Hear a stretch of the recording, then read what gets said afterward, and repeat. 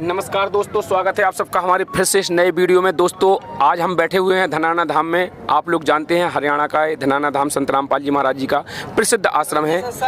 यहाँ पर संत रामपाल जी महाराज जी की दया से 3 दिन का समागम चला हुआ है। इसमें बहुत दूर दूर से पुण्यात्माएँ आई हुई हैं भंडारा पाने के लिए। इसी भंडारे में एक आत्मा हमारे सामने बैठी हुई है, पुण्यात्मा है। इसके कुछ डाउट हैं वो हम क्लियर करना चाहते हैं अपने ग्रंथों के माध्यम से, तो हम वो चर्चा रखना चाहते हैं। तो पहले तो भाई से अपना नाम पता पूछते हैं। भैया क्या नाम है? सत साहेब, सभी हमारे भक्त समाज को, जितने भक्त भाई हैं सभी को हमारा सादर सादर नमन स्वीकार हो। आपका नाम क्या है सर जी? हमारा नाम है जितेंद्र। कहाँ से हैं? पानीपत से आए हैं। जिला शाहजहानपुर है, गांव हमारा यूपी उत्तर प्रदेश में। जैसे कि आपने बहुत बढ़िया सुंदर भेष बनाया हुआ है संत का, आप एक संत धारण किए हुए हैं, तो आप तो केवल निकले हुए हैं परमात्मा प्राप्ति के लिए। ऐसा तो है नहीं कि केवल दिखावा है? नहीं, दिखावा इसमें कुछ नहीं है, ये हमारी श्रद्धा है। तो हम अपने श्रद्धा से अपने परमात्मा के लिए ही निकले हैं। परमात्मा प्राप्ति के लिए निकले हैं। तो आप अपने ग्रंथ तो मानोगे? मानते हैं, मानते हैं, ग्रंथ को मानते हैं, मानेंगे नहीं, मानते हैं। मेरा कहना है ये जी। जैसे कि हमारे जैसे आप इष्ट किसको मानते हैं? हम अपने इष्ट भगवान राम को मानते हैं और बजरंगबली की सेवा करते हैं, तो उनको अपना आदर्श मानते हैं, गुरु मानते हैं, और उनको भगवान भी मानते हैं। मतलब वो गुरु भी मानते हैं, भगवान भी मानते हैं, और राम को भी भगवान मानते हैं, और कृष्ण इनको हनुमान जी को भी द्वारा ही राम की प्राप्ति होती है। देखिए हमारे ग्रंथों में, रामायण में लिखा हुआ है, रामायण में बताया गया है, हनुमान जी ने मना किया है कि हमारी सेवा पूजा नहीं करनी चाहिए, क्योंकि हम वो कहते हैं हम स्वयं सेवक हैं रामचंद्र जी के, तो हमारी सेवा नहीं करनी चाहिए। क्योंकि और आपने सुना भी होगा, कई लोग कहते हैं कि हनुमान जी की पूजा करने वाला पागल हो जाता है। सुना होगा आपने, कहते भी है लोग। देखो, आपने सुना हो तो हमें ज्ञान नहीं है, और हमने तो ऐसा सुना नहीं है। हम तो लगभग 1-1.5 साल 2 साल से बैठे, हमारे घर में इन्हीं की सेवा होती है। दूसरी बात बताएं तो हनुमान जी को अपने रामायण में मना किया है। हनुमान जी ने कहा है, एक चौपाई है सुंदरकांड में, वहाँ पर लिखा हुआ है कि प्रात काल ले नाम हमारा, तादिन ताहे ना मिले आहारा। जिस दिन हमारा कोई उठत भोर से नाम ले लेगा सुबह से, तो उस दिन उसे आहार भी नसीब नहीं होगा। फिर एक चौपाई आती है कि उस भगवान की पूजा करनी चाहिए, उस मंत्र का जाप करना चाहिए। सुमर पवन सुत पावन नामू, वो अपने बस कर राखे रामू। वो पावन नाम जो है हनुमान जी जिसे सुमरते हैं, वहाँ पर चौपाई कह रही, सुमर पवन सुत पावन नामू, अपने बस कर राखे रामू, जिससे भगवान बस में होता है। उसका मंत्र का प्रभाव क्या होता है, उसमें आगे बताया है कि नासे रोग हरे सब पीरा, और जपत निरंतर हनुमत वीरा। उस मंत्र में इतनी पावर है कि उससे रोगों का नाश होता है, पीड़ा दूर हो जाती है, कष्ट दूर हो जाते हैं, किसी प्रकार का कष्ट नहीं रहता है।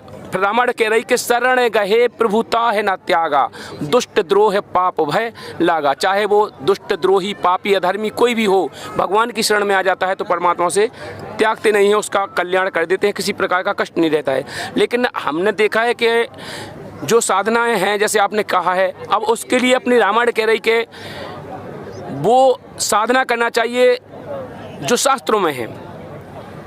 जैसे कि पहली एक चौपाई आती है रामायण की नवदा भक्ति में, वहाँ पर कहा है कि कलियुग योग न यज्ञ न ज्ञाना, और एक आधार नाम गुण गाना। कलयुग के अंदर कोई पाखंड करने की ज़रूरत नहीं है, कोई लोक दिखावा करने की ज़रूरत नहीं है। हमारी रामायण कह रही, कलयुग योग न यज्ञ न ज्ञाना, एक आधार। एक आधार, सबका एक आधार होगा, यानी कि हम अपनी ढपली बजाएं जी, अपनी ढपली बजाएं जी, अपना राग उनका अपना राग। यहाँ पर एक आधार बताया है कि एक आधार नाम गुण गाना, एक ही नाम का गुणगान करना होगा सबको। क्योंकि जब भगवान एक है, ये तो मानते हो? जी, भगवान एक है, ब्रह्म एक है, तो भगवान एक है तो एक ही उसका नाम होगा। ऐसा तो है नहीं कि हम कोनो नाम से जपें जी, कोनो नाम से जपें भी, कोनो जैसे एक इंसान होगा उसका एक ही नाम होगा कि कई नामों से वो इंसान विख्यात होगा? विख्यात उसमें नाम क्या आ जाते हैं। अब बहुत बड़े ज्ञानी नहीं हैं, महाराज जी क्षमा करना, इतने बड़े ज्ञानी नहीं हैं, लेकिन आप किसी के भाई हैं, किसी के पिता हैं, किसी के पति हैं, तो आप तो एक ही है ना। तो यहाँ पर अलग अलग हो गया। वाले देखिए यहाँ पर पिता का रोल अलग हो गया, पति का अलग हो गया, और भाई का अलग हो गया। अलग अलग हो गया कि नहीं हो गया? यहाँ पर भगवान जैसे अपन मानेंगे, जैसे तो उस भगवान उसे मान सकते हैं क्या, फिर उसे बालक मान सकते हैं, उसी को क्या अपन पुत्र मान सकते हैं क्या, उसी को भाई मान सकते हैं? बताइए आप क्या भगवान को सब मान सकते हैं अपन? भगवान एक ही है, मैंने रास्ता बताई ना।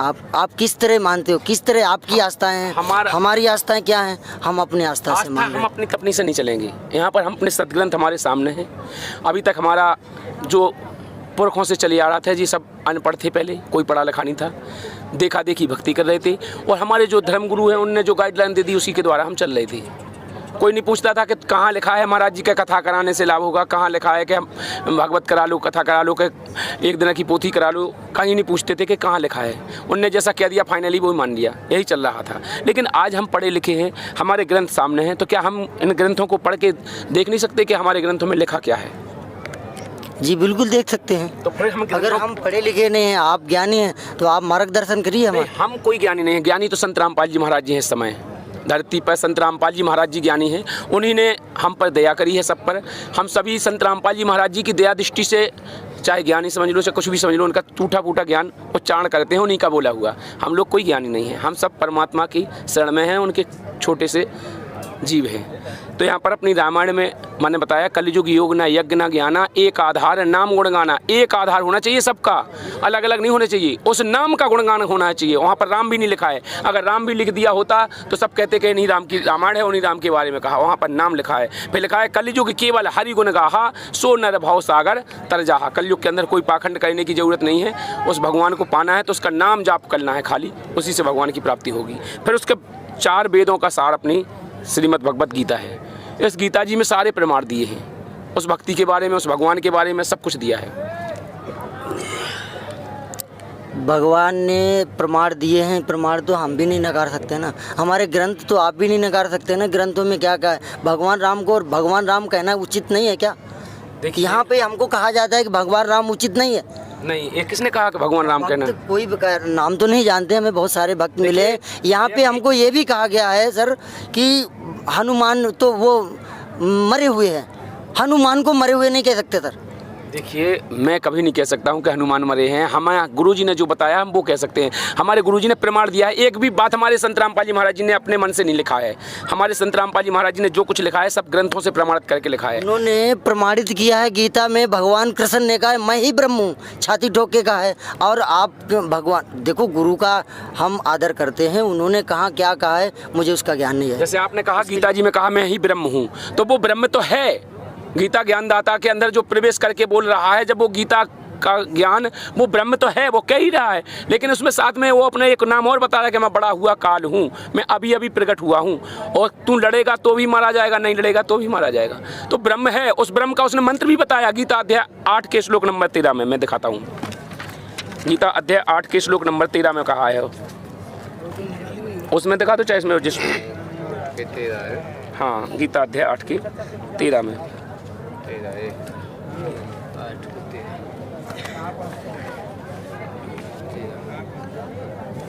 देखिए, ये लिखा हुआ है, आप देख सकते हैं। आप पढ़िए। लिखा हुआ है इसका जी, ओम इति एकाक्षरम ब्रह्मणाम मां अनुसरणम या प्रियंती तजन देहम सा यति परमाम गति। मुझ ब्रह्म को, ऐसे देखिए उसका अर्थ लिखा है, इंद्रियों को द्वारा, मतलब जो पुरुष, देखिए इस यहाँ पर लिखा है, इन इंद्रियों के द्वारा, मतलब जो अपन करते हैं मनमाना, रोकना नहीं चाहिए। जो पुरुष ओम इस एक अक्षर का ब्रह्म को उच्चारण करता हुआ और उसे अर्थात मतलब उसी ब्रह्म को प्राप्त होगा शरीर, मुझ निर्गुण ब्रह्म चिंतन करता हुआ शरीर को त्याग कर जाता है तो वह पुरुष इसी ब्रह्म तक को प्राप्त होगा। लिखा है। तो इसमें ये कहाँ साबित होता है सर? ब्रह्म तक को प्राप्त होगा। ओम का मंत्र है, ओम, वो मैं बता रहा हूँ। जो आप कह रहे हैं ना कि ब्रह्म हूँ, उस ब्रह्म का मंत्र वो उसने बता दिया कि मेरा मंत्र ओम है। जो इसकी साधना, ओम तक की साधना करेगा वो मुझ तक को प्राप्त होगा, ब्रह्म तक को चला जाएगा। फिर गीता अध्याय 16 के श्लोक नंबर 23 में कहा है, गीता अध्याय 16 के श्लोक नंबर 23 में कहा है, जो पुरुष शास्त्र विधि को त्याग कर अपनी इच्छा से मनमाना आचरण करते हैं। देखिए, ये रही गीता अध्याय 16 श्लोक नंबर, ये रहा 24 और ये रहा 23। इसका अर्थ ये रहा, जो पुरुष शास्त्र विधि को त्याग कर अपनी इच्छा से मनमाना आचरण करते हैं वह ना तो सिद्धि को प्राप्त होता है, ना परम गति को, और ना ही सुख को प्राप्त होता है। उसे कुछ भी नहीं मिलता है। मनमाना आचरण करता है। मनमाना आचरण कौन करता है? मनमाना, जैसे जो मनमाना जाप करता है वो मनमाना तो है ही। ये मनमाना कैसे हो गया? हमको मेरे गुरु ने बताया कि आप कहीं प्रमाण करके दिखाया आपके गुरु ने? मैं ये कह रहा हूँ, प्रमाण करके दिखाया कि ये मंत्र जे यहाँ से मैंने दिया है आपको, इस सतग्रंथ में ये प्रमाणित है, दिखाया आपको? मैं जो अपनी विधि है वो तो नहीं बता सकता। विधि नहीं, मैं ये पूछ रहा टीवी हूँ। चैनल का विषय है, जो गुरु ने हमको मंत्र विधा बताई है मंत्र नहीं वो पूछ रहा नहीं। हूँ, लेकिन प्रमाण पूछ रहा हूँ। प्रमाण दिया आपके गुरुजी ने कि ये मंत्र फलानी जगह प्रमाणित है? हमारे गुरुजी ने तो प्रमाण दिया है, उसका कोड वर्ड प्रमाणित है। ये सब जो भी हमारे गुरु हैं वो भी यहीं से प्रमाणित करके देते आपके हैं। गुरु और आपने ये कहा है ना इसमें गीता में कि ये ब्रह्म नहीं है। नहीं, मैंने कब कहा कि ब्रह्म नहीं? मैंने फिर कहा, मैंने ब्रह्म कहा कि ब्रह्म तक की साधना है, ओम का मंत्र ब्रह्म है। वो गीता ज्ञान दाता ब्रह्म बोल रहा है, मैंने ये नहीं कहा कि ब्रह्म नहीं है। ये इसी चीज पे तो सर तर्क करते हैं हम, और कोई जी हमारा कोई उद्देश्य नहीं है मैं आपसे। आपको वो बताना चाहता हूँ जो आपको अभी तक आपके गुरु ने नहीं बताया होगा। मैं वो बताना चाहता हूँ। ये तो हो गया मनमाना आचरण। मनमाना आचरण कैसा कि जिसका कोई विधान ना हो, अपने मन से कोई बता दे कि ऐसा करने लगो, उसे हम करने लगे, देखा देखी मनमाना, वो मनमाना ही है। जैसे कोई कह दे अगरबत्ती लगाओ, कोई कह दे कि नारियल फोड़ो, कोई कह दे घंटियाँ बजाओ, ये मनमाना आचरण हुआ। ये सनातन धर्म से हमारा चला, हमारे बुजुर्ग हैं, मैं आपसे वो तो कह रहा हूं। भगवान भगवत गीता को मानने वाले हैं ना। लेकिन फिर उनके जो बुजुर्ग हैं आपके पढ़े लिखे नहीं थे ना, हमारे बुजुर्ग पढ़े लिखे नहीं थे। हमारे जो धर्म गुरु गाइडलाइन देने वाले थे उन्होंने जैसा क्या दिया वैसा कर रहे थे। लेकिन आज तो हम पढ़े लिखे शिक्षित हैं, हमारे बच्चे शिक्षित हैं, तो हम अपने सदग्रंथों में नहीं देखेंगे क्या? सदग्रंथ में हमने कब न कहा है तो हम वही तो कह रहे हैं कि जैसे यहाँ पर मना किया है, इसलिए फिर आगे 24 में तुरंत कहा है, इसलिए अर्जुन देखो यहाँ पर लिखा है 24 में, इसलिए तेरे लिए इस कर्तव्य और अकर्तव्य लिखा हुआ है, इसके लिए शास्त्र ही प्रमाण हैं, स्पष्ट लिखा हुआ है प्रमाण हैं। ऐसा जानकर तू शास्त्र विधि को निश्चय कर्म ही करने योग्य है। शास्त्र के आधार से करना होगा जो शास्त्रों में लिखा है। ऐसा नहीं कि हम अपने मन से करने लगे, हम कहा हमारे तो गुरुजी बता गए तो हम तो वही करेंगे, तो वो मनमाना हुआ। मैं ये कहना चाहता हूँ, मैं किसी के गुरु की निंदा नहीं कर रहा हूँ, निंदा मैं करना नहीं चाहता हूँ, केवल हम मार्गदर्शन दिखाना चाहते हैं कि आपके गुरुजी ने आपको खोल के दिखाया है, जैसे हमारे गुरुजी दिखाते हैं। हमारे गुरुजी ने ये दिखाया कि ये मनमाना आचरण है जो हम ये सारी पूजाएं करते हैं। इन ब्रह्मा विष्णु महेश की पूजा वो नहीं है जो हम अपन करते हैं कि उनके सामने नारियल घुमा दें, अगरबत्ती फोड़ दें और जाके मंदिर में उनके जल चढ़ा दें। जो उनकी पूजा नहीं है, उनकी पूजा जो रामायण बता रही वो पूजा है। एक नाम आधारा, वो नाम आधार है, उनका नाम जाप करना है, बाकी पाखंड नहीं करना है। उन्हीं देवी देवताओं के प्रथम मंत्र में हमारे गुरुजी कमल, जो हमारे अंदर जो कमल चक्र हैं इनमें विराजमान है सभी देवी देवता, हमारे गुरुजी उन्हीं के प्रथम मंत्र देते हैं। हमारे गुरुजी कहते हैं कि तीनों देवा कमल दल बसे, ब्रह्मा विष्णु महेश, प्रथम इनकी वंदना, फिर सुन सतगुरु उपदेश। हमारे गुरुजी ने कभी इन देवताओं को नकारा नहीं है। उन्होंने ये भी कहा जी प्रधान हैं, लेकिन ये 3 लोक के हैं, अब उन्हें हम पूर्ण प्रधान नहीं मान सकते। गीता अध्याय 15 के श्लोक नंबर 16-17 में 3 पुरुष बताए हुए हैं। देखिए मैं आपको बता दूं, गीता अध्याय 15 के श्लोक नंबर 16 और 17 में क्या है कि अभी तक जो हमारा ज्ञान है, ऋषि जो हमारे संत थे, गाइडलाइन वाले थे, इन लोगों ने बिगाड़ रखा है।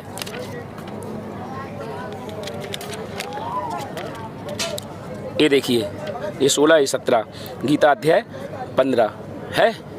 देखिए इसमें 15 के 16 में देखिए स्पष्ट लिखा हुआ है, 16 में, इस संसार में नाशवान और अविनाशी भी ये 2 प्रकार के पुरुष हैं। लिखा हुआ है नाशवान और अविनाशी 2 प्रकार के पुरुष हैं। इनमें सर्वपूर्ण भूत प्राणियों में शरीर को नाशवान और जीव आत्मा अविनाशी कहा जाता है। 2 पुरुष हैं इसमें, स्पष्ट क्षर पुरुष और अक्षय पुरुष, 2 पुरुष हैं। इसके बाद 17 में कहा है कि वो पुरुष तो उत्तम पुरुष, देखो यहाँ पर लिखा है उत्तम पुरुष तू अन्य है, वो अन्य है इन 2 पुरुषों से भी, 2 पुरुष यहाँ पर बता दिए। इसके बाद कहा है उत्तम पुरुष तो अन्य है जो तीनों लोकों को प्रवेश करके सबका धारण पोषण करता है। वो तीनों लोकों में सबका धारण पोषण करता है, अविनाशी परमेश्वर और परमात्मा इस प्रकार कहा गया है, वो है परमात्मा। उत्तम पुरुष स्पष्ट कहा है कि वो कोई अन्य है। अभी आप ब्रह्म तक केवल सीमित हैं। अपने गीता 15 के 16-17 में 2 पुरुष और बताए हों, उत्तम पुरुष अन्य है। तीसरा है वो पूर्ण परमात्मा जिसे कहा गया है। इसके मंत्र के बारे में उत्तर गीता अध्याय 8 का मैंने मंत्र ओम वाला बता दिया। यहाँ पर इन तीनों प्रकार का उस पर जो पूर्ण ब्रह्म है इसका मंत्र गीता अध्याय 17 के श्लोक नंबर 23 में कहा गया है।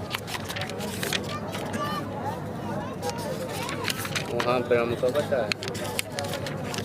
यहाँ गीता अध्याय 17 के श्लोक नंबर 23 में बताया गया है वो।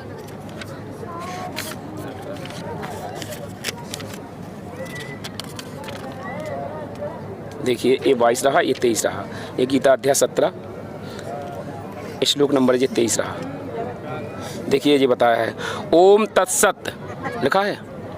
ओम तत्सत ऐसे यह 3 प्रकार का सच्चिदानंद घन ब्रह्म का नाम कहा है। स्पष्ट लिखा है ये है ओम तत्सत। उस सच्चिदानंद घन ब्रह्म जिसे पूर्ण परमात्मा कहा जाता है वो है सच्चिदानंद घन ब्रह्म को कहा गया है।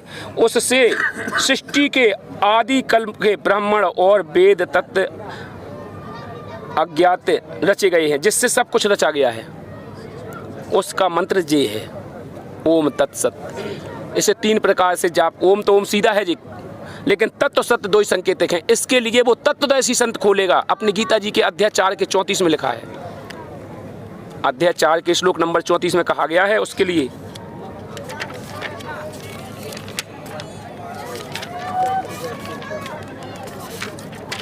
तत्वदर्शी संत की लाने।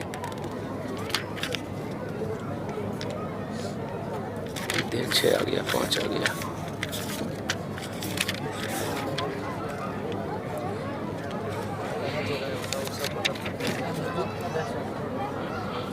ए है 33, ए रहा 34। अध्याय 4 श्लोक नंबर 34 लिखा हुआ है। उस ज्ञानी को तू तत्वदर्शी ज्ञानियों के पास जाकर समझ। उस ज्ञान को जिस ज्ञान से तुझे कल्याण होना है उस ज्ञान को तू तत्वदर्शी ज्ञानियों के पास जाकर समझ। उनको भली भांति दंडवत प्रणाम करने से, उनकी सेवा करने से और कपट छोड़कर, जो दंडवत प्रणाम अभी हम लोगों ने कहा है वो दंडवत प्रणाम यहाँ पर लिखा हुआ है, तब हम दंडवत प्रणाम करते हैं। हमारे गुरुजी ने क्लियर किया है। दंडवत प्रणाम देखो यहाँ स्पष्ट लिखा है, दंडवत प्रणाम करने से, उनकी सेवा करने से और कपट छोड़कर सरलता पूर्वक उनसे प्रश्न करने से वे परमात्म तत्व को भली भांति जानने वाले ज्ञानी महात्मा उससे तत्व ज्ञान को उपदेश करेंगे। ये लिखा हुआ है, उसका उपदेश वो तत्वदर्शी संत करेंगे, वो करेंगे। इस गीता में भी उसका कोड वर्ड दिया है ओम तत्सत। उसका मूल मंत्र नहीं है वो, उसका तत्वदर्शी संत करेंगे। उनकी शरण में जा, सरलता पूर्वक दंडवत प्रणाम कर, कपट भाव छोड़कर, फिर वो करेंगे। फिर उसकी पहचान, उसने पूछा किम तत्व ब्रह्म, वो कौन है वो? उस तत्वदर्शी संत की, थोड़ा और 1 मिनट लूँगा आपका, फिर बोलना। उस तत्वदर्शी संत की पहचान बताई फिर गीता अध्याय 15 के श्लोक नंबर 1 में। उस तत्वदर्शी संत की पहचान गीता 15 के श्लोक नंबर 1 में कहा है।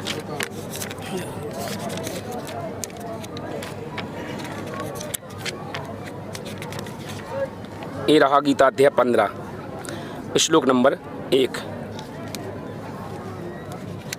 इसके ये रहा अर्थ।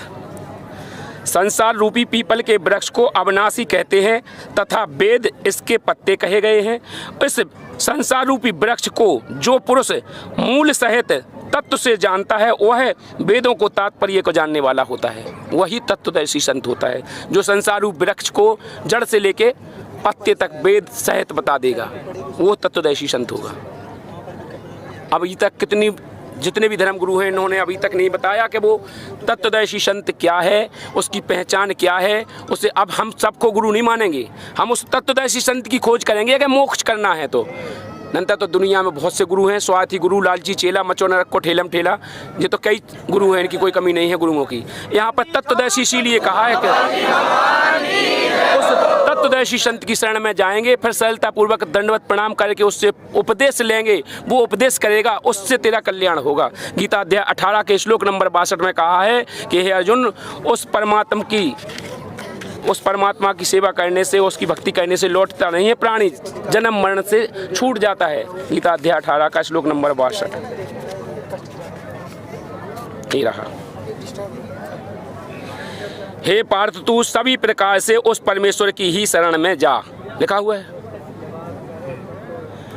उस परमात्मा की कृपा से ही तू परम शांति को तथा सनातन परम धाम को प्राप्त होगा,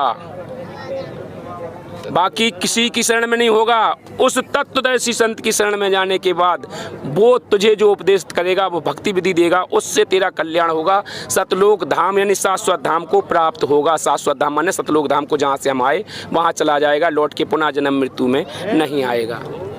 अब आप बोलिए जो आपको कहना है। देखो, जो आपने समझाया है हमने समझा अच्छी तरह से। गीता ज्ञान को कोई नकार नहीं सकता, हमने पढ़ा नहीं है, इसके बारे में बहुत नहीं बोलना चाहूँगा। लेकिन हमें जो समझाया गया है, कृष्ण ने जो कहा है मैं ही ब्रह्म हूँ, गीता में आपने अभी समझाया नहीं है कि वो ब्रह्म कौन है, आपने नहीं समझाया अभी।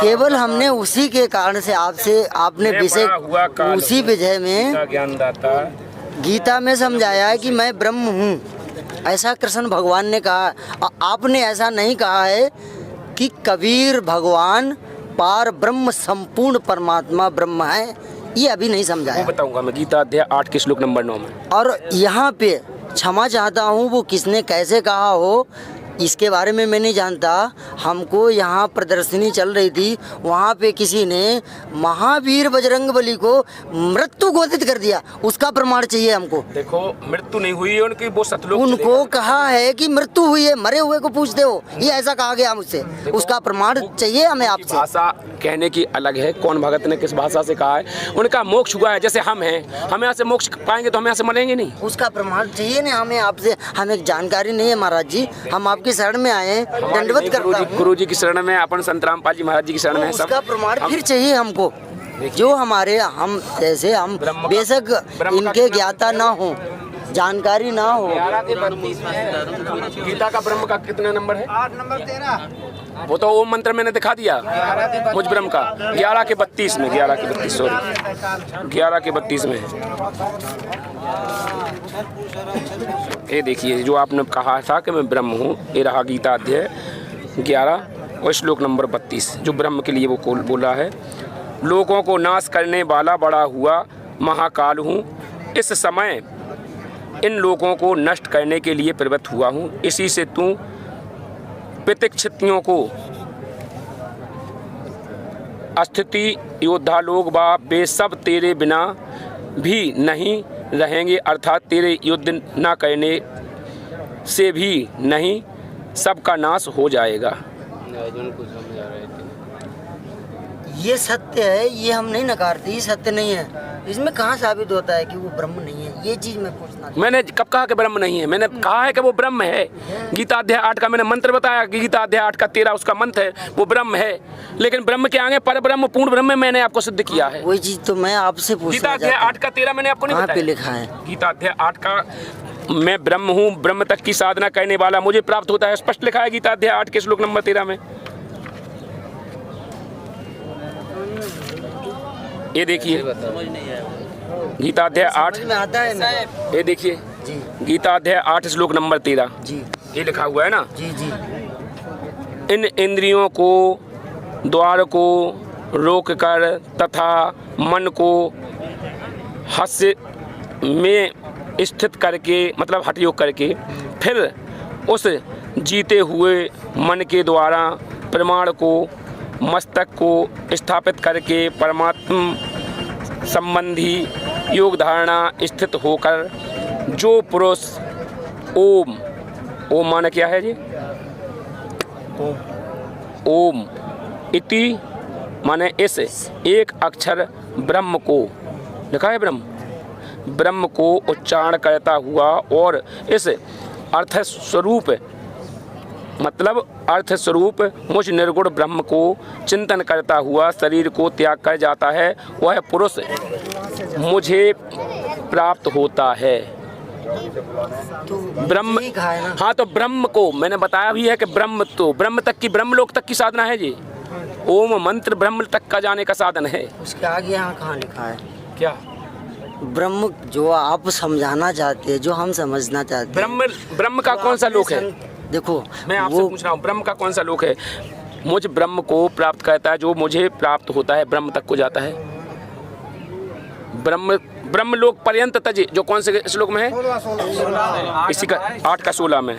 उसमें देखिए उसमें खाली हम ये समझना चाहते हैं महाराज जी आपसे, भक्ति जी हाथ करबद्ध निवेदन है कि हम ये समझना चाहते हैं कि हम विष्णु भगवान को ब्रह्म मानते हैं या संत कबीर जो हम संत मानते हैं, आप परमात्मा मानते हैं, हम भी मानेंगे। हम खाली ये समझना चाहते हैं कि कबीर परमात्मा पूर्ण ब्रह्म। मैंने आपने कहा ब्रह्म तक, ब्रह्म का ब्रह्मलोक में बता देता हूँ। ब्रह्मलोक तक के लोगों का नाश होता है। यहाँ पर एक लिखा हुआ है गीता अध्याय 8 का श्लोक नंबर 16 में, यहाँ पर हे अर्जुन ब्रह्मलोक पर्यंत लिखा, ब्रह्मलोक ब्रह्मलोक पर्यंत सब लोग पुनरावृत्ति में हैं, मतलब इनका जन्म मरण होता है। परंतु हे कुंती पुत्र, मुझको प्राप्त होकर पुनः जन्म नहीं होता है। लोक परलोक द्वारा जो नहीं है, जो अलग है, मतलब मैं